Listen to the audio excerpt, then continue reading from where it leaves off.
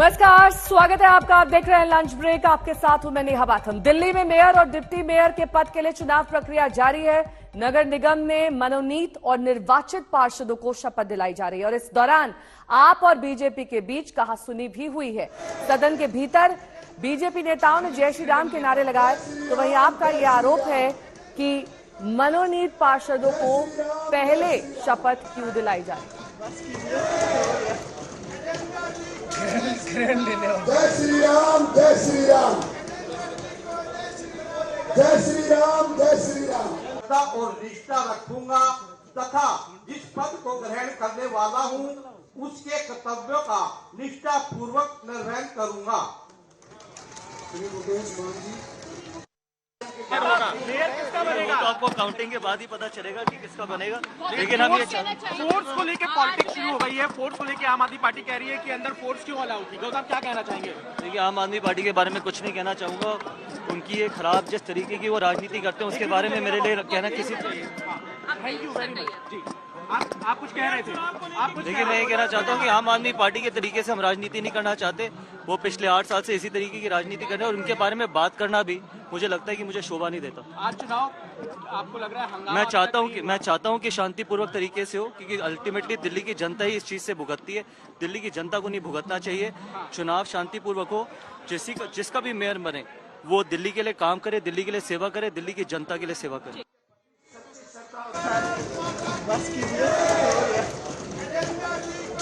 जय श्री राम, जय श्री राम, जय श्री राम, जय Shri Ram.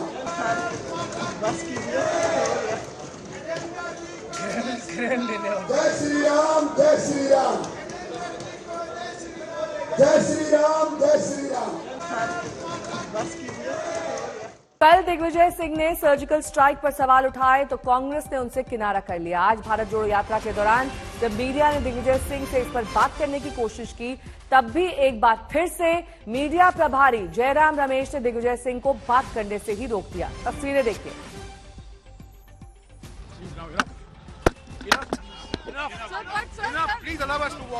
But NI has already presented a charge sheet in this regard.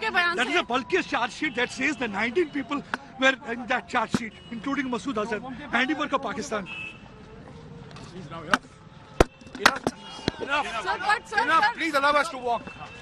Please allow us to walk now. अभी फिर बात होगी। बाद में 10 मिनट के बाद प्रधानमंत्री से एक सवाल पूछिए। अरे यार 10 मिनट के बाद प्रधानमंत्री से सवाल पूछिए। We'll ask this question, but प्रधानमंत्री से सवाल पूछिए। भारत जोड़ो यात्रा है। But it is not a Bharat जोड़ो यात्रा। प्रधानमंत्री से सवाल पूछिए। आइए, प्रधानमंत्री से सवाल पूछिए। This thing, प्रधानमंत्री से सवाल पूछिए। अभी प्रधानमंत्री 10 मिनट के बाद 10 मिनट अभी जरा मूवमेंट होने दो। रविशंकर प्रसाद ने कहा कि ये बहुत दुर्भाग्यपूर्ण है कि कांग्रेस पार्टी के द्वारा सर्जिकल स्ट्राइक पर बार बार सवाल खड़े किए जाते हैं। दिग्विजय सिंह वही हैं जिन्होंने बाटला हाउस एनकाउंटर पर सवाल खड़े किए थे। हमारे संवाददाता हिमांशु मिश्रा ने रविशंकर प्रसाद से खास बातचीत की। हमारे साथ है बातचीत करने के लिए भारतीय जनता पार्टी के वरिष्ठ नेता रविशंकर प्रसाद। रवि जी, दिग्विजय सिंह वो ये कह रहे हैं कि सर्जिकल स्ट्राइक के सबूत दे दीजिए। वो पुलवामा पे सवाल उठा रहे हैं। वो कह रहे हैं कि अभी तक पुलवामा की रिपोर्ट जो है वो टेबल नहीं की गई है। एयर स्ट्राइक के सबूत मांग रहे हो। राहुल गांधी, आपकी पार्टी को हो क्या गया है? आपकी पार्टी ने देश पर राज किया है ना। सेना की शहादत का सबूत नहीं मांगते राहुल गांधी। देश उनके शौर्य को सलाम करता है, सैल्यूट करता है। और जो सबूत मांग रहे हैं तो संसद में बताया जाए तो क्या किया जाए? सब खोल के रख दें और पाकिस्तान में आतंकवादियों के आकाओं को सब मालूम हो जाए कि भारत अपनी सामरिक सुरक्षा कैसे करता है। जबकि चाहे वो बालाकोट की घटना हो, चाहे वो उरी का स्ट्राइक हो, सर्जिकल स्ट्राइक, पूरी दुनिया में भारत की सेना के शौर्य और स्ट्रैटेजी की तारीफ हो रही है। तो राहुल गांधी से उम्मीद क्या किया जाए? गलवान पर सेना के बारे में बड़े ही अपमानजनक शब्दों का प्रयोग किसने किया था कि भारतीय सेना पिट गई वहां पर? ये हैं कौन मिस्टर दिग्विजय सिंह? बाटला हाउस पे सवाल, ओसामा जी, जाकिर नायक शांति के दूत, पहले भी सर्जिकल स्ट्राइक, राहुल गांधी ने सबूत मांगा था 19 के चुनाव में, तो आप सब देखा है आपने। लेकिन भारत को कमजोर करने की ये आपकी बार बार प्रक्रिया कब तक चलेगी राहुल गांधी? फिर राहुल गांधी आपसे एक बात कहनी है, देश के लिए जीते तो हम सभी हैं, देश के लिए मरते कौन है? सेना और हमारे पैरामिलिट्री फोर्सेस के जवान ऑफिसर्स, ताकि हम सुरक्षित रहें। क्या उनके बारे में हम कुछ अच्छे शब्द नहीं बोल सकते? हमेशा आप उनको कमजोर करेंगे, ये बहुत गलत है, मैं इसकी भर्त्सना करता हूं। लेकिन दूसरी तरफ जयराम रमेश हैं। कल हमारे एक संवाददाता जम्मू में जब दिग्विजय सिंह से यही सवाल पूछ रहे थे तो जयराम रमेश ने आके डिस्टर्ब किया और उन्होंने कहा कि डाइवर्ट मत कीजिए इशू। हमने सुना है कि आज तक के पत्रकार को काफी धक्का दिया गया, तो ये लोग हमसे बड़े सवाल करते हैं कि लोकतांत्रिक मूल्यों का हम सम्मान नहीं करते मोदी जी की सरकार। आप क्या कर रहे हैं? यही है आपके सही में मूल्य। उनसे बुलवा दो, फिर एक डिनाई कर दो, फिर वो दोबारा ट्वीट करें और ये विषय चलता रहे। लेकिन जयराम रमेश ये भी कह रहे हैं कि जो भी बयान दिग्विजय सिंह ने दिया है सर्जिकल स्ट्राइक को लेकर, एयर स्ट्राइक को लेकर, पुलवामा को लेकर, वो उनके निजी बयान है, पार्टी से उसका कोई लेना देना नहीं। कोई छोटे नेता हैं क्या हिमांशु? महामंत्री रहे, 10 साल मुख्यमंत्री रहे हैं ना, वहां से चल रहे हैं ना, है? कन्याकुमारी से राहुल गांधी के साथ भारत जोड़ो यात्रा के संयोजक ही वो है। तो भारत जोड़ो है कि भारत तोड़ो यात्रा है? अब सीधे आपको लिए चलेंगे राहुल गांधी की प्रेस कॉन्फ्रेंस में।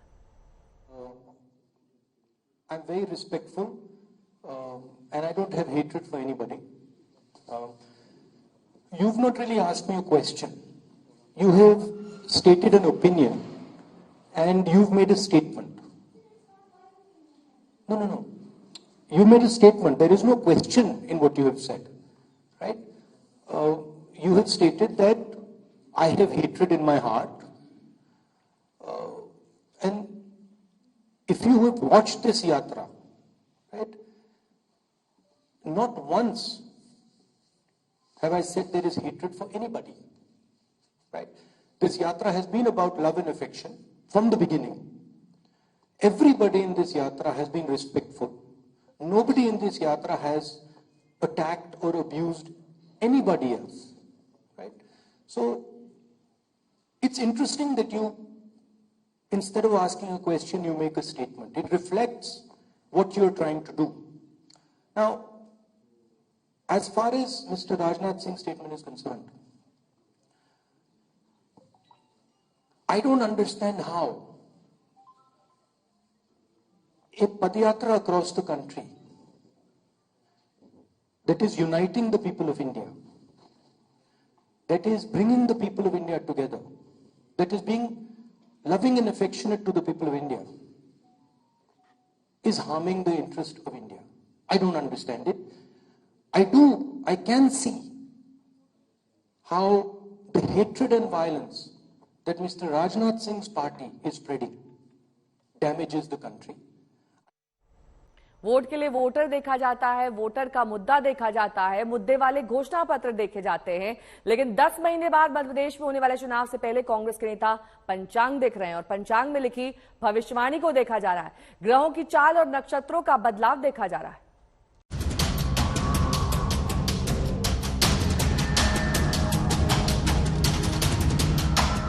कांग्रेस को लगता है कि राहुल गांधी की भारत जोड़ो यात्रा से पार्टी मजबूत होगी, नरेंद्र मोदी को चुनौती भी देंगे और बीजेपी को चुनाव में हरा भी पाएंगे।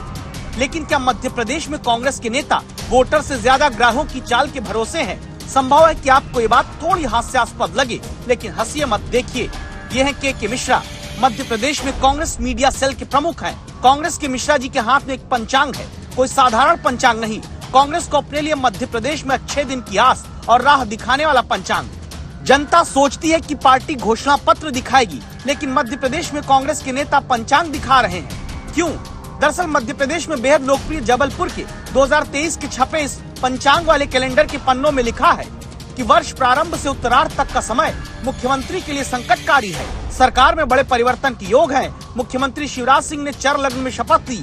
सर राजेश चंद्रमा छठे भाव में सूर्य के साथ होने के कारण उन्हें पूर्ण रूप से स्वतंत्र रूप से कार्य करने में कमी पैदा करता है। सरकार में आपसी सामंजस्य की कमी दिखाई देगी। सत्तारूढ़ पार्टी में आपसी मतभेद रहेगा। मंत्रिमंडल में परिवर्तन की संभावना है। कांग्रेस पार्टी पहले से अधिक सशक्त दिखाई देगी, जिसका असर चुनाव में दिखाई देगा। बस होगा, दिखेगा, दिखाई देगा।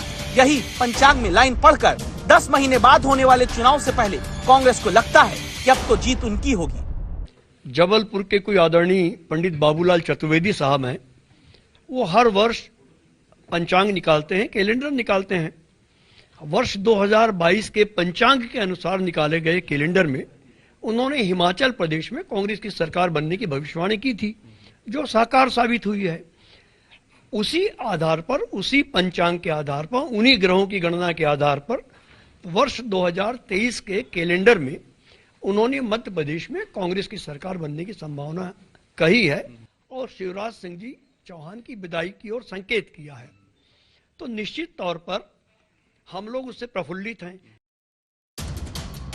ऐसे एक नेता नहीं है। कमलनाथ के मीडिया सलाहकार पीयूष बबेले इसी पंचांग के पन्ने शेयर करके शिवराज सिंह की कुर्सी पर खतरा और कांग्रेस के घर में जीत की कुर्सी देखने की बात लिखने लगे। मध्य प्रदेश कांग्रेस के ट्विटर और फेसबुक पेज पर भी यही पंचांग प्रचारित किया जा रहा कि देखो देखो हमारे गृह बदलने वाले। बीजेपी के हिंदुत्व पर सवाल राहुल उठाते हैं और हिंदू जो पंचांग मानते हैं उसमें अपनी जीत की भविष्यवाणी सीने से चिपकाए कांग्रेस के नेता घूमने लगे। बीजेपी को मौका मिल गया। कांग्रेस तो कभी हिंदू पद्धति वाली किसी व्यवस्था पे विश्वास ही नहीं करती थी। काल के प्रवाह में अगर आप बता रहे हो तो ये वाकई में मीठी रात के मीठे सपने मान ले उनके। कांग्रेस को ये लगता है कि पंचांग में जो लिखा है तो मध्य प्रदेश में सत्ता मिल जाएगी। कांग्रेस ये भूलती है कि पिछली बार तो सत्ता पाकर भी सरकार कांग्रेस नहीं बचा पाई। वैसे जनता पंचांग देखकर नहीं, मुद्दे देखकर वोट देती है। रवीश पाल सिंह, भोपाल, आज तक। राहुल गांधी ने अब से कुछ देर पहले प्रेस कॉन्फ्रेंस करके ये साफ कर दिया कि जो कुछ दिग्विजय सिंह ने कहा है सर्जिकल स्ट्राइक के बारे में वो उनके निजी विचार हैं, वो पार्टी का मत नहीं है, उसे पार्टी से दूर रखा जाए। दिग्विजय के बयान से कांग्रेस सहमत नहीं है। राहुल गांधी ने स्पष्ट किया, उन्होंने कहा कि उनकी पार्टी एक डेमोक्रेटिक पार्टी है और अपना पक्ष रखने का दिग्विजय सिंह को पूरा हक है, लेकिन ये उनका निजी बयान ही माना जाए। सेना कुछ भी करे, सबूत की जरूरत नहीं है, ये भी राहुल गांधी ने स्पष्ट किया। जो दिग्विजय सिंह जी ने कहा उससे मैं बिल्कुल अग्री नहीं करता हूं। हमारी आर्मी पर हमारा पूरा ट्रस्ट है। अगर आर्मी कुछ करे, सबूत देने की कोई जरूरत नहीं है। तो मैं पर्सनली उनके स्टेटमेंट से कंप्लीटली डिसएग्री करता हूं और कांग्रेस पार्टी की ऑफिशियल पोजीशन भी यही है कि वो दिग्विजय जी का पर्सनल ओपिनियन है, वो हमारा ओपिनियन नहीं है। जो दिग्विजय सिंह जी ने कहा उससे मैं बिल्कुल अग्री नहीं करता हूं। हमारी आर्मी पर हमारा पूरा ट्रस्ट है। अगर आर्मी कुछ करे, सबूत देने की कोई जरूरत नहीं है। तो मैं पर्सनली उनके स्टेटमेंट से कंप्लीटली डिसएग्री करता हूं और कांग्रेस पार्टी की ऑफिशियल पोजीशन भी यही है कि वो दिग्विजय जी का पर्सनल ओपिनियन है, वो हमारा ओपिनियन नहीं है। तो राहुल गांधी ने साफ तौर पर कहा कि सेना के शौर्य पर कोई सवाल ही नहीं उठता है और हम सेना की शक्ति को मानते हैं, उस पर पूरा भरोसा करते हैं। कांग्रेस दिग्विजय के बयान से बिल्कुल सहमत नहीं है। ये इस प्रेस कॉन्फ्रेंस में साफ तौर पर राहुल गांधी ने कहा। ये दिग्विजय का निजी बयान है।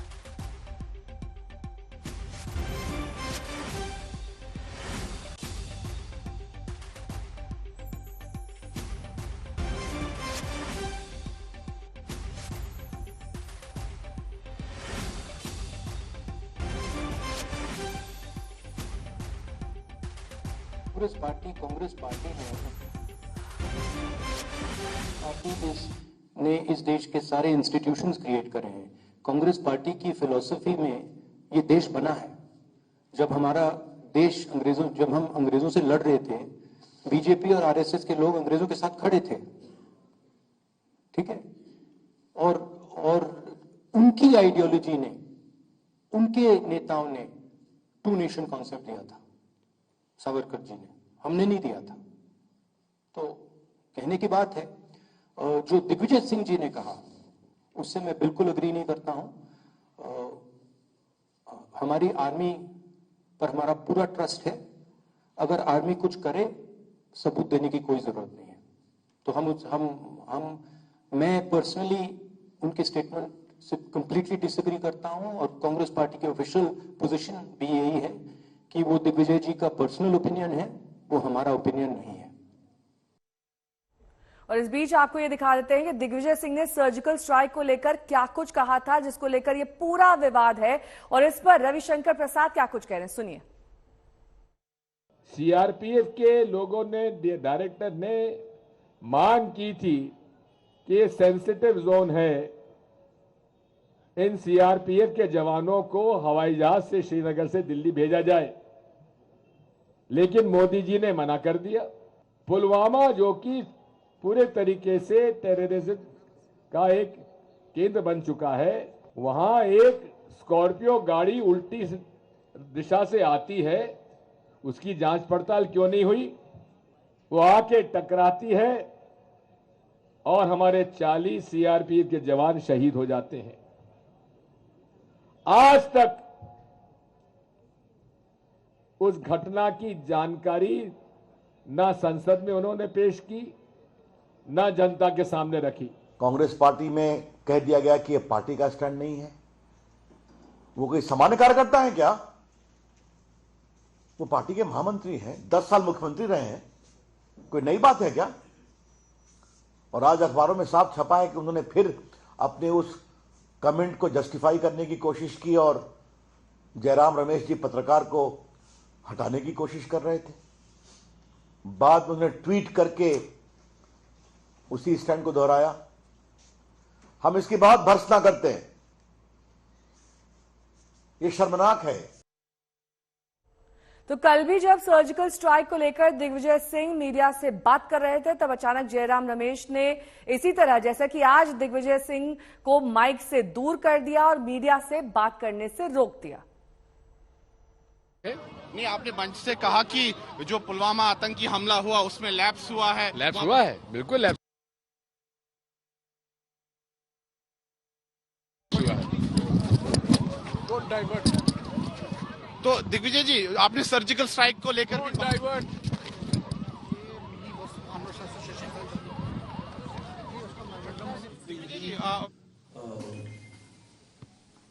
Bhagavad Gita, or you read the Upanishads, you will see in it, it's written that the truth cannot be hidden.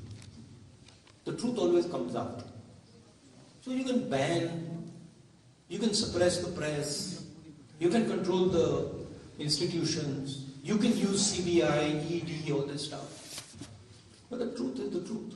Truth shines bright. It has a nasty habit of coming out.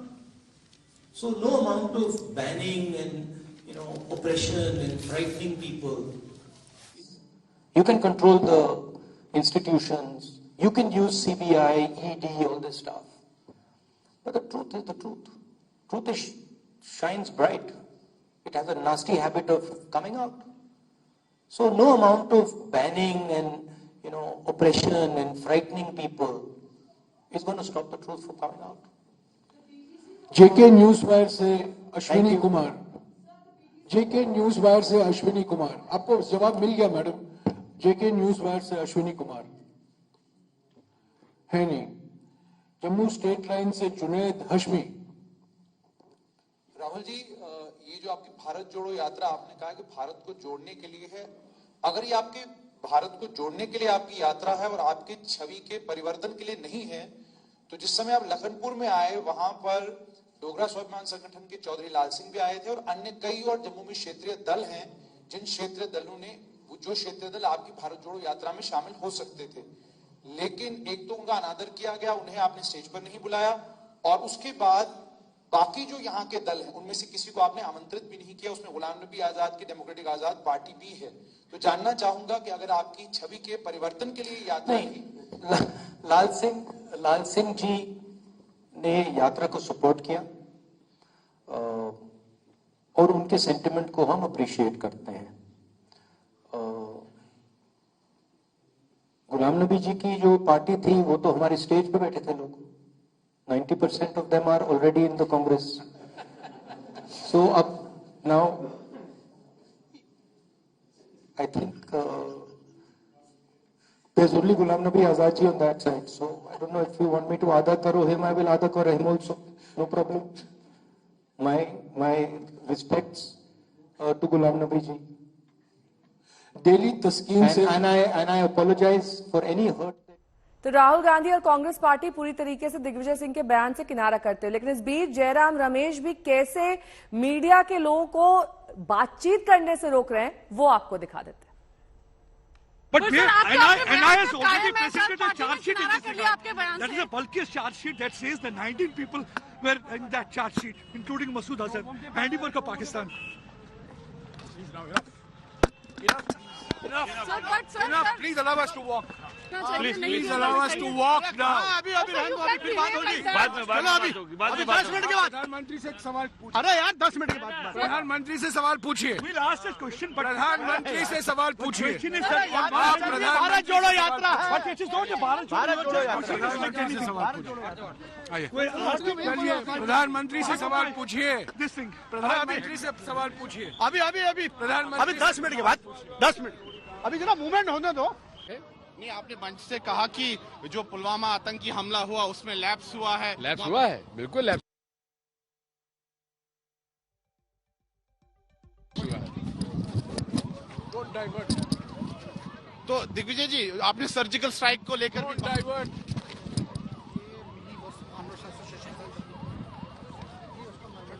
Digvijay ji, surgical strikes को लेकर क्या पीछे हटो रे यार, हटो जाने दो।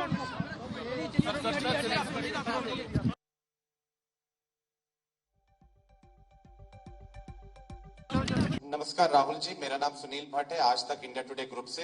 राहुल जी, आप लगातार कन्याकुमारी से आ रहे हैं, पदयात्रा करके आ रहे हैं, आप बेरोजगारी का विषय उठा रहे हैं, आप महंगाई का विषय उठा रहे हैं, लेकिन कल मंच से जिस तरह से दिग्विजय सिंह ने जो बयान दिया, जो आपत्तिजनक बयान दिया, आपको नहीं लगता कि जो आपने अब तक इतनी मेहनत की है उस पर कहीं ना कहीं उन्होंने पानी फेर दिया एक कमेंट से? राहुल जी, पूरा प्रश्न सुन लीजिए। दूसरी बात, राहुल जी, कई विषय हैं यहाँ जम्मू कश्मीर में भी और राष्ट्रीय स्तर पर भी जिस पर आप सरकार को कॉर्नर कर सकते हैं।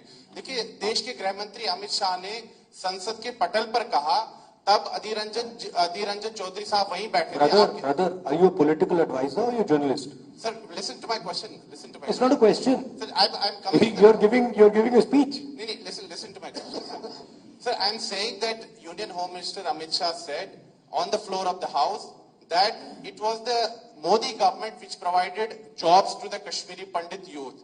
And he said, he asked Adhir Ranjan Chaudhary, he challenged him that आपने कितने दिए मुझे जरा बताइए. But the fact is that it was Manmohan Singh's government which gave these jobs. लेकिन आपकी पार्टी के पास तथ्य नहीं, आप काउंटर क्यों नहीं कर पाते सरकार को? In fact, ये आंकड़ा हमारे पास है, ये आंकड़ा हमने रखा है। कल कश्मीरी पंडित का एक डेलीगेशन आया, उनसे हमारी बातचीत हुई। कश्मीरी पंडित के डेलीगेशन ने हमें बताया कि जो भी हुआ है यूपीए के टाइम, मनमोहन सिंह जी के टाइम हुआ है। उन्होंने ये भी कहा कि बीजेपी उनको पॉलिटिकल हथियार जैसे यूज करती है। उन्होंने ये भी कहा कि बीजेपी जो उनको फोर्सिबली वापस वैली में भेज रही है, मरने के लिए भेज रही है, वो गलत है। वो सब उन्होंने बोला और वो सब जम्मू कश्मीर के लोगों को मालूम है, ठीक है? तो और उसको हम दोहराते रहते हैं।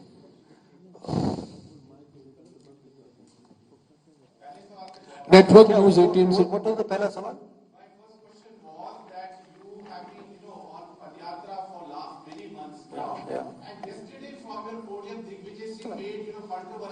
No, I don't think so. I don't think so. I think the yatra has achieved something fundamental and very powerful.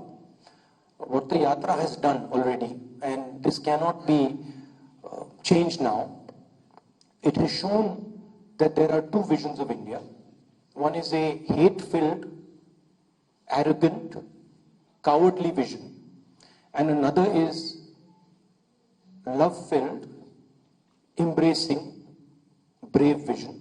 And it has made those two visions absolutely crystal clear, right? Millions of people, not just myself, millions of people have walked across the breadth of this country. They have supported this yatra. And this yatra has changed. आज तक HD सबसे तेज सबसे ज्यादा